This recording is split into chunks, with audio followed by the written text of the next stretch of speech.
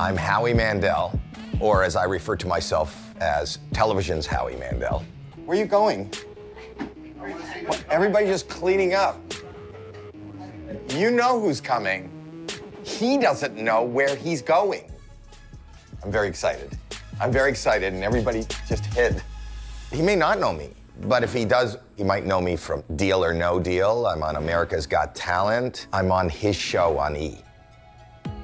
It's just a premonition I'm having. How's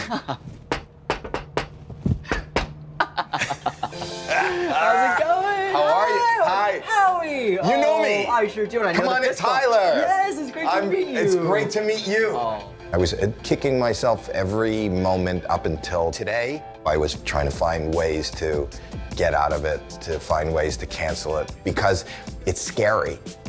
This is a mental roller coaster I'm about to ride. This is a very scary thing. The case. Yes, the cases. Cases. Oh, I used to love that show. You did? I did. It's coming back. Oh, it is. It is. You didn't know? I didn't see that coming. Wow. Come on back here. You're gonna be sitting here. Fabulous. I'm gonna be sitting here. I totally believe in the afterlife, but I'm skeptical of people like Tyler. You know, I don't go to psychics. I don't even open up fortune cookies. I don't know why I said yes to this, except that I'm a big fan of yours. Oh, thank you. But I'm really nervous. No worries. Right now I'm open, but I'm only open till 5. All right, well, we'll get started. I'll basically start scribbling. It might take me about 30 seconds to start seeing, feeling, whatever. I'm strapped in and ready for this ride. Fabulous. Sometimes clients will bring objects and other times they won't. So Right. Do you have any objects today? Okay. Yeah, do you? Yeah. Okay, typically I'll hold on to them throughout the duration of the reading. All right. Is it close by? Yeah, or- it could be. Yeah, if we want to have someone grab it, or if you want to grab it, you can. Yeah, well, let's start without it, and then Okay. okay. Yeah. We'll see what happens. See what happens. Sure.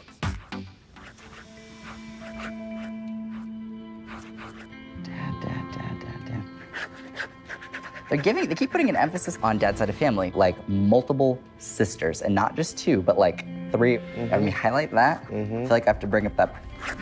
Give me 1 sec. I'm gonna specifically kind of tune in on dad's side.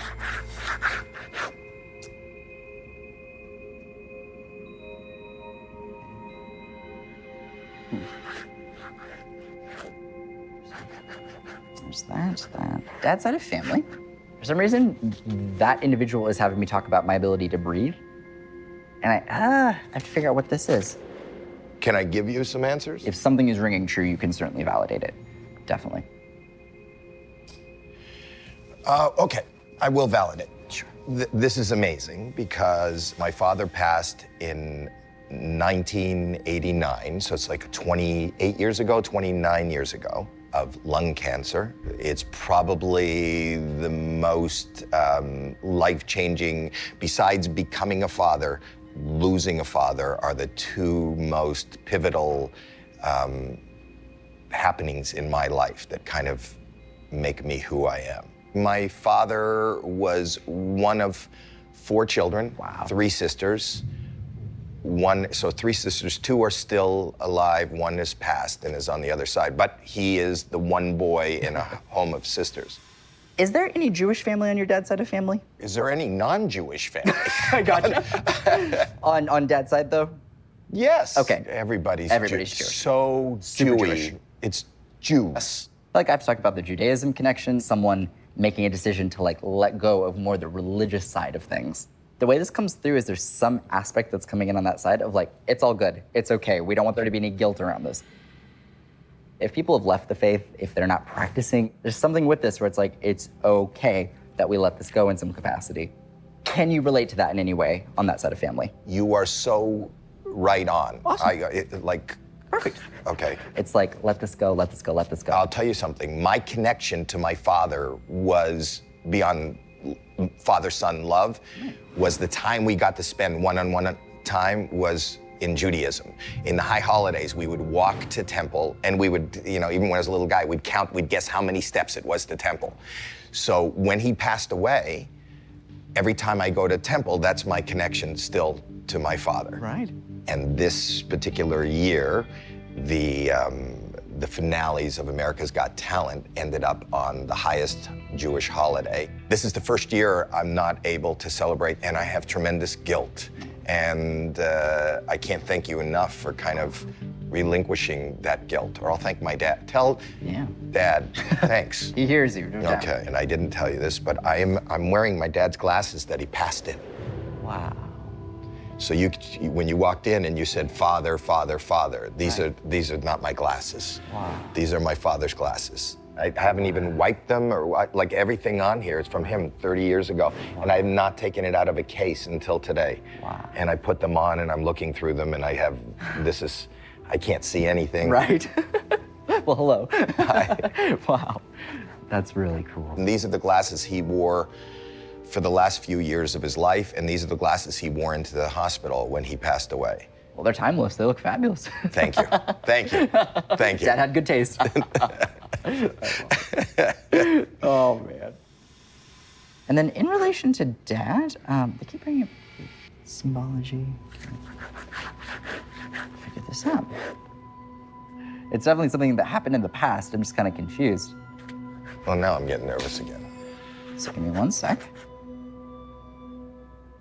They're kind of having me talk about a rush, and I don't know what this is. It feels like there's a rush that keeps coming through.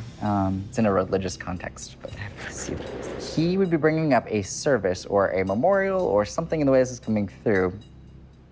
But they're joking around about this because it's something kind of like it's a series of unfortunate events that happen at this funeral or at this service. And so like they're joking, like, I don't know if like putting I know what it is. funniness around this and poking fun. It felt like there was a rush in the way this came through, but after, and they keep bringing this up and they're having me talk about the timing.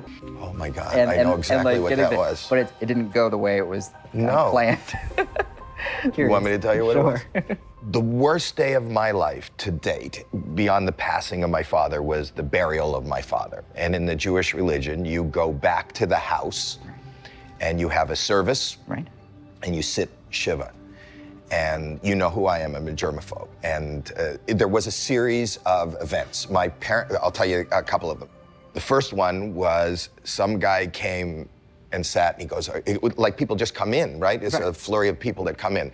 The first guy comes in and he goes, are you the son? And I said, yes. And he goes, I just want to tell you I was a friend of your father and he was a wonderful man. I said, thank you. And he said, without him, he inspired me to go on and do whatever I did. And I said, well, thank you very much. I remember this vividly. And he said, whenever he sang, it just uplifted the whole room. And I go, when he sang? My father never sang. He goes, yeah, I saw him sing in Acapulco. I said, my father's never been to Acapulco, and he never sang in Acapulco.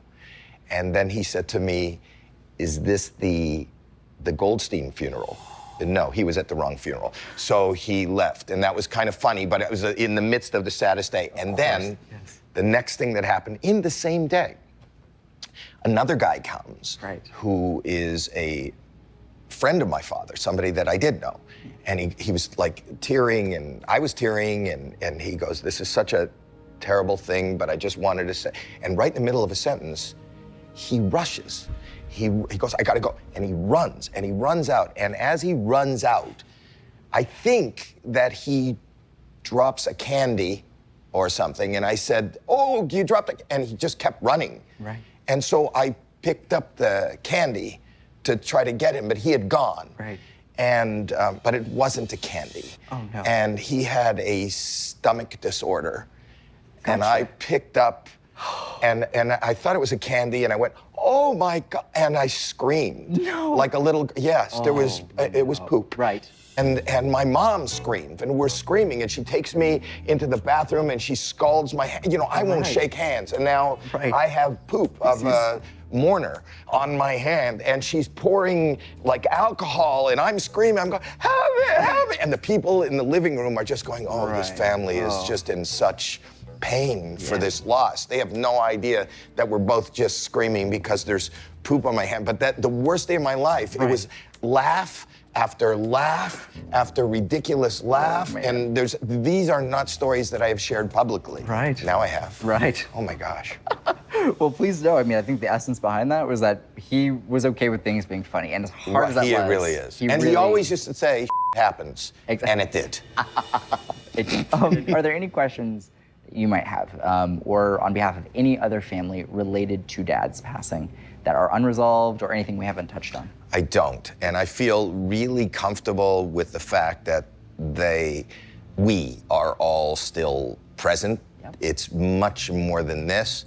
I love him, and he made me feel great my whole life, and I am who I am because of him, and thank you. I'm glad that message came through. My dad was the epitome of who I aspired to be. I always remember laughter. When I think of him now, you know, he was just a kid. He passed away at 63. His father passed away at 63, and he was 33. My father passed away at 63, and I was 33. And next year, I am 63, and my daughter is 33. So, goodbye. That makes me feel so good because you do what you do, and you don't know till hindsight whether you're doing the right thing. You have fascinated me. You have, and you have gone beyond how good I believed you were in watching the show. You're amazing. Oh, you're very sweet. I am very sweet. I love it. How did you know that? It's a gift, what can I say? And on that note, I've got one more question. Yeah. Do you want to play ping pong? I would love to play ping pong. Let's play ping pong. Let's play ping pong. Okay. I'm down for that. All right. Let's play some ping pong. Right. It's like a party at Howie's house. I love it. Have you played ping pong? Once before. Just once in your life? Once in my life. How old are you? 22. Just not a lot of you got a ping whole, pong. you're just a baby. All right. Just good. Yeah, it's like, whoop, yeah. You don't have to make the boop sound. Okay. You don't have to, the ball makes it, and hit it right over so it could bounce one time on your side, Gotcha. and then you hit it. So ask me if you're playing good. Say, am I playing well? Am I playing well? Medium. See what I did? Oh, I need a moment. Brand new day.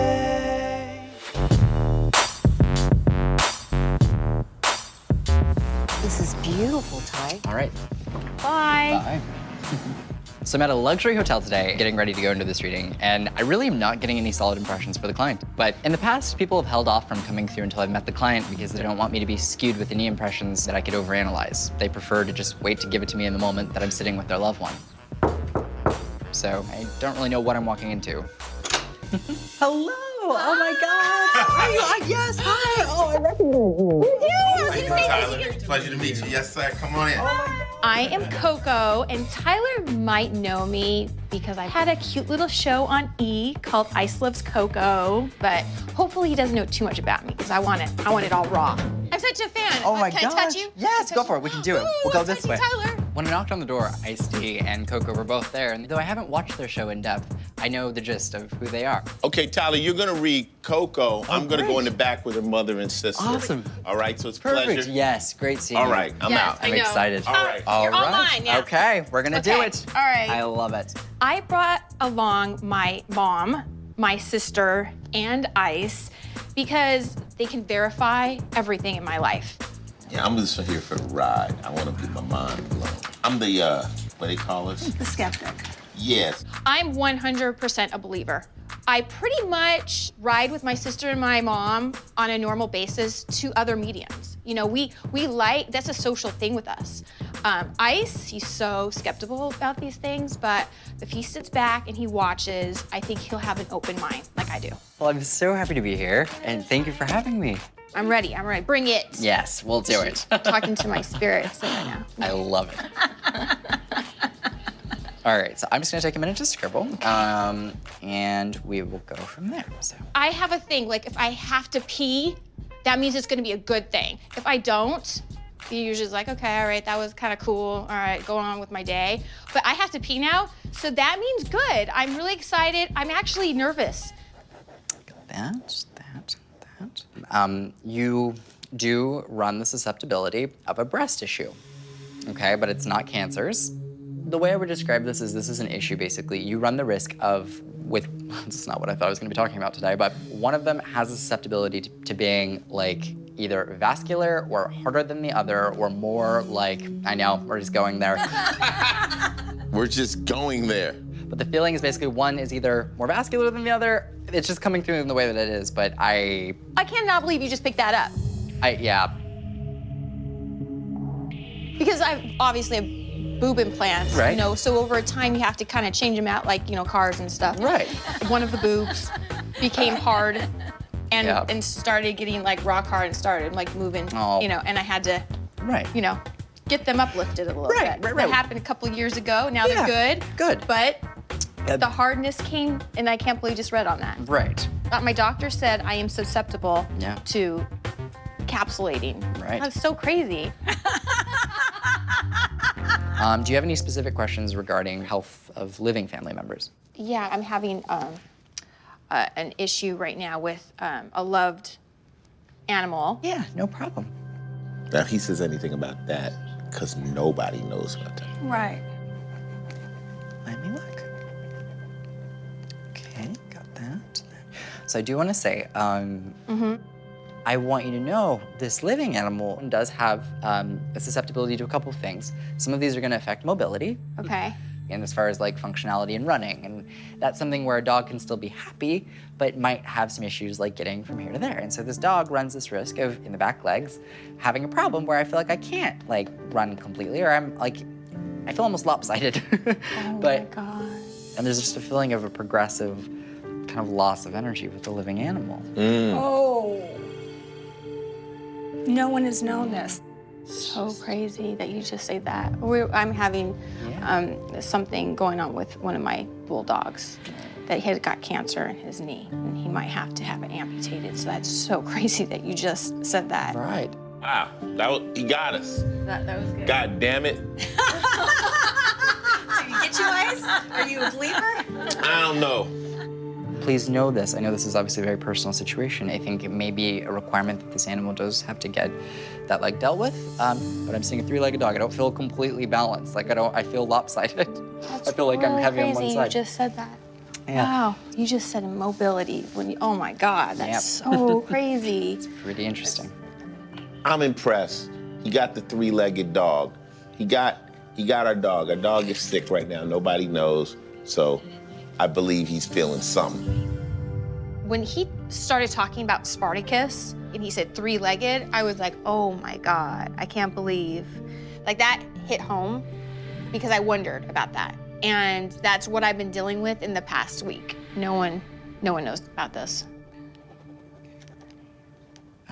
Okay. When I go into these situations, it can sometimes be difficult to tell which side of family I'm going to focus on more. And in this case, it's actually really helpful because I'm connecting to your mom's side of family, and I feel like I have to talk about your grandmother on your mom's side. And She's the first one that came she's through? one of the first people I feel like I'm going to have to talk about, and there's a lot of an emphasis on mom's side of family. See that over there, that necklace or that jingle-jingly thing? Yep. I feel like I'm supposed to hold this. I'm not seeing dad's side, I'm seeing mom's side.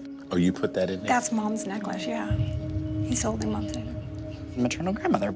It just keeps coming through over and over again. You're right. That's my grandmother's. Awesome. That's who I wanted to come forth, and that's why I brought that. So Perfect. you were on my mom's side. Your grandma is joking about you singing. She's like laughing about this. Uh-oh. She's finding this to be like amusing on her end, and she's like laughing about it like, oh. Maybe she heard Shoe Freak. It's Shoe Freak. Yes. Like I did a record called Shoe Freak, Okay. and I'm kind of getting all like sexual about it. Oh my, grandma knows. She does. It's But it's like a spoof though. Grandma heard Shoe Freak. I'm out. I'm done. Lord. Okay. Thank you. Okay. There's a situation that I'm going to kind of talk about. First, what happened with the house after she died? your grandmother, what happened with the house, because there's a whole discussion about a living or resident situation, and then there's a whole feeling of like, I don't want to leave a mess about how this ends up getting worked out. I wish I would have worked things out before I died. Okay, this is getting a little too close for comfort. That's so funny that you bring. It's been a mess. Yeah, I can't believe you just said that. she knows. He went to the house, huh? Yeah, this is getting a little too close for comfort. That's so crazy. Yeah. When she died, she wasn't prepared. It was so, last minute. Yeah. So the house was supposed to stay in the family, and it kind of got sold. Right. So it was one of those houses that's been in the family for like 40 years, and that's so funny that you say that, because that was like a really big thing in our family. There is an acknowledgement of this awareness. She seems to be at peace with this, but the house was definitely a situation that she knows. Wow, it's it's kind of like, funny you bring that up. That's, so that's that crazy. would be big. Wow. I think he's getting more focused. He's getting more and more focused. Because there's also a situation that I have to bring up where a woman would go into a medical facility and the feeling is like, I'm going in for something that I would consider to be like lesser or basic or not like a big deal. That's mom. That's mom. This is coming through weirdly from grandma, but I have to figure out what's being delivered, because there's this acknowledgement of, at one point, I go to a hospital or I go to a doctor, and I do not expect myself to pass away from what I'm told at this That's hospital, her. at this doctor. That's her. I'm not supposed to die of this, and then out of nowhere, I die. That's mom. That's mom. That's your mother. That's mom. Well, now that you say that, Right. and you said, because no one really knows but my family about Right. this, but my grandma went to get a biopsy. Right. It was just a regular bump Yeah. on her back, just got a biopsy, and the doctor accidentally poked the wrong organ in her back, and she bled to death Right. for something so generic, Right. and she died, like I'm so instantly. sorry. Yeah, because the feeling is like, I know that I'm going in for this one thing, and I feel like this is something that, I'm aware of, but this shouldn't kill me, and then I just die completely sporadically. Yeah. She comes through, she knows how abrupt this was. Right. She knows how sudden this was. There's a feeling of, I wish that I could have said everything that I wanted to say, but she comes through with closure with her passing. And I want you to know that no matter how that timing went, how abrupt or traumatic that probably was for the family, that on her end, she had peace with her passing. She did. She very clearly is aware of how unpredictable this went. I always want to talk to my grandma because she's like the #1 person that I miss. So whenever I get a chance, I'll be like, hi again, let's talk. This is the only way we can communicate. And then my mom was here and my sister was here. It was just special to me. And it was special for Ice to see what was going on. I want him to be a believer at the end of the day, like I am. And it takes a strong person like Tyler to believe. I told her, I don't believe in ghosts, but I tell her if you see one, let me know and I'll be the first one out of here.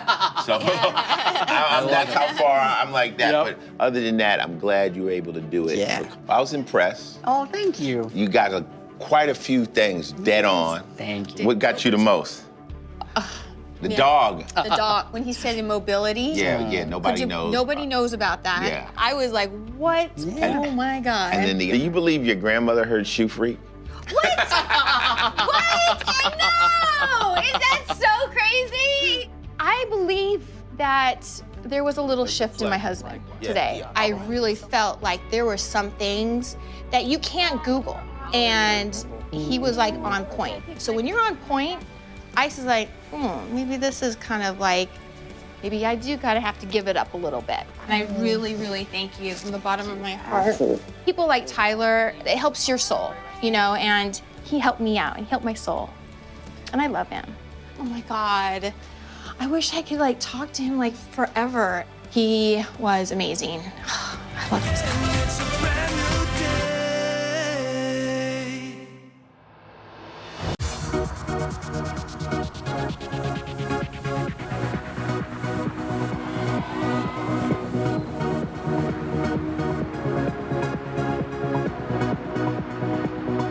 I definitely feel like I'm gonna read a male. That's one thing that I definitely am almost certain of. And I definitely think there would either be a comedic undertone or a comedic aspect behind this person's personality.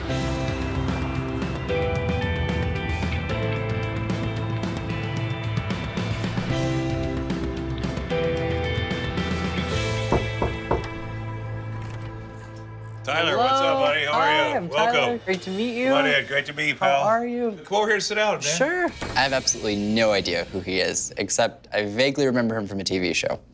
That's a little embarrassing. I'm excited to be here. Thank you. I'm in show business and was a producer of the Roseanne show and the Best Damn Sports Show, period. I am a skeptic. I'm in show business. I know you can fake a lot of bull. But he seems like a very sweet guy, and I can't believe we're doing this. Before we start today, I'll explain a little bit of kind of how I do what I do. Okay, let's sage the house and be done with this bull.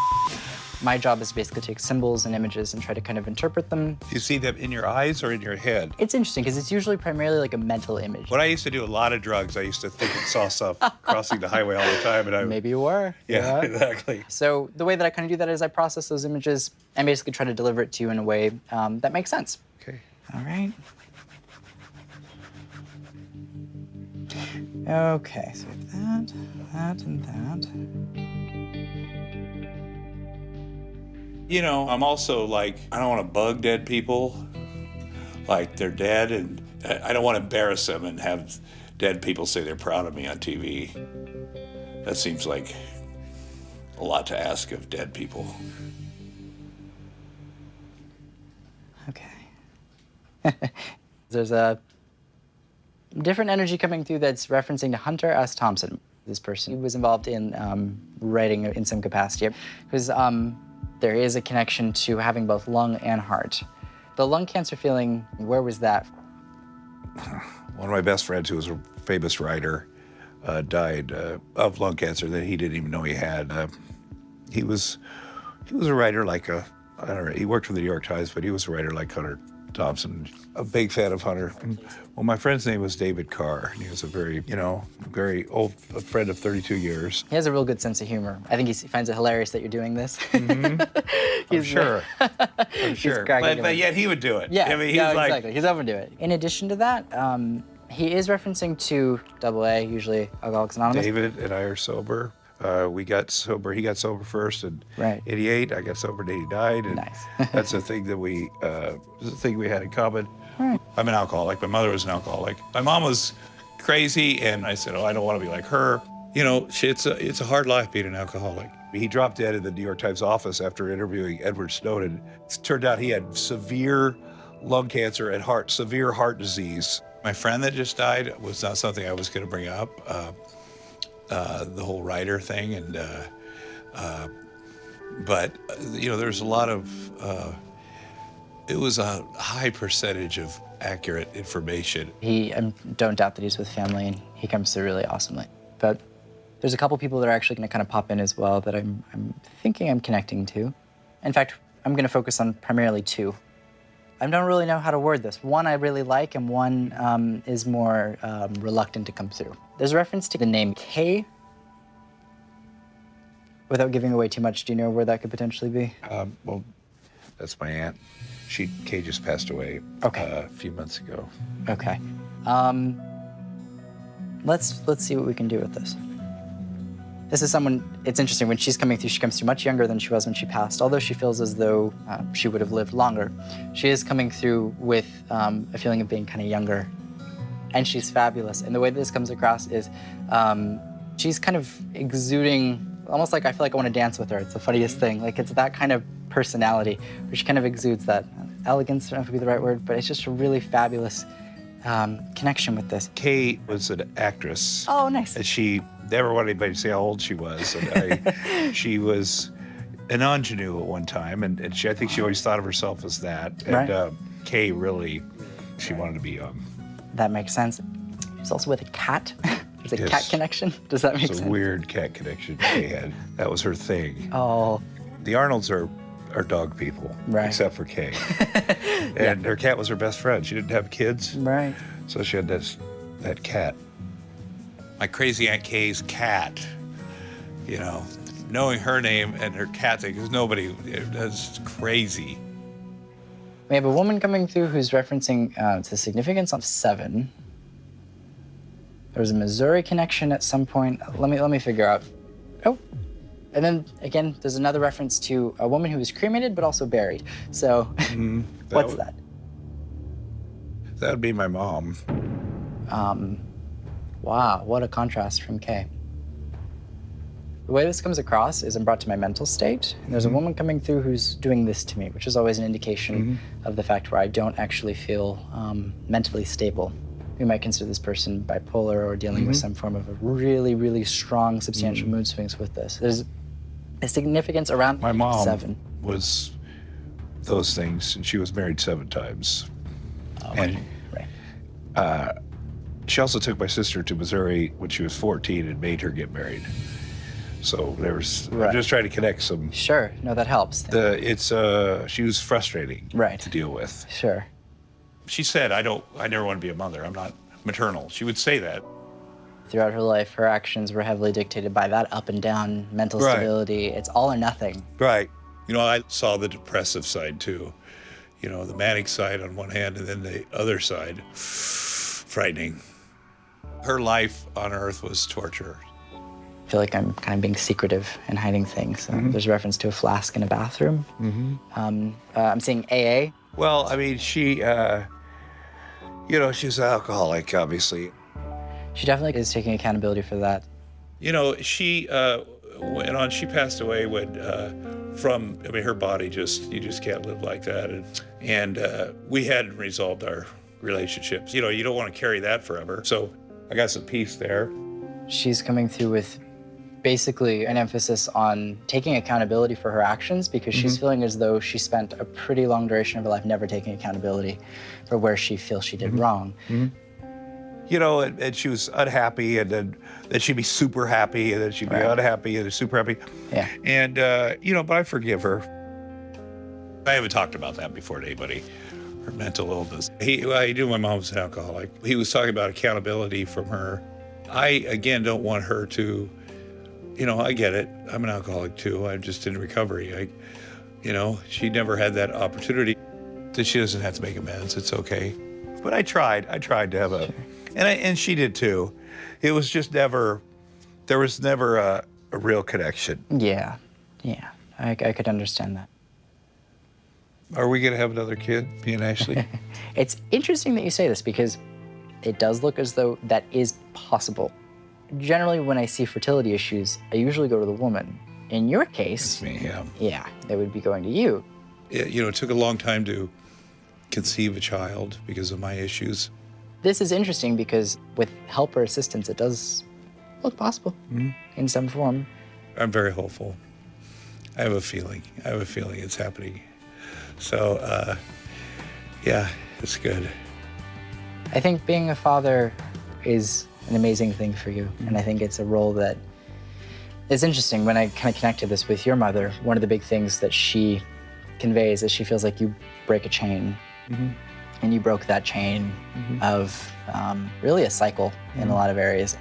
There's just kind of been a cycle of denial that has occurred, I would say. And it looks like with having this child now, that's something, you know, you've been through the ringer. You can be, you know, transparent, which is something that, you know, your family's had issues with at times. So I think I was a little emotional, trying not to be emotional at first. You know, I did, but my mom, she would say, I don't tell you I love you, but I will occasionally tap you on the knee. And I kiss my son and hug with my son and dance with my son every day. To know that he was unconditionally loved. And that's my goal in life. Because a tap on the knee is not going to do it. Thank you very much. Absolutely. I think he took away a lot of comfort and a lot of closure from the reading. It allowed him to move on and move forward in his life, knowing that his mother was proud of him for ending a cycle of abuse and being an amazing father to his son. Thank you, buddy. That's awesome. You're so welcome. Thank you.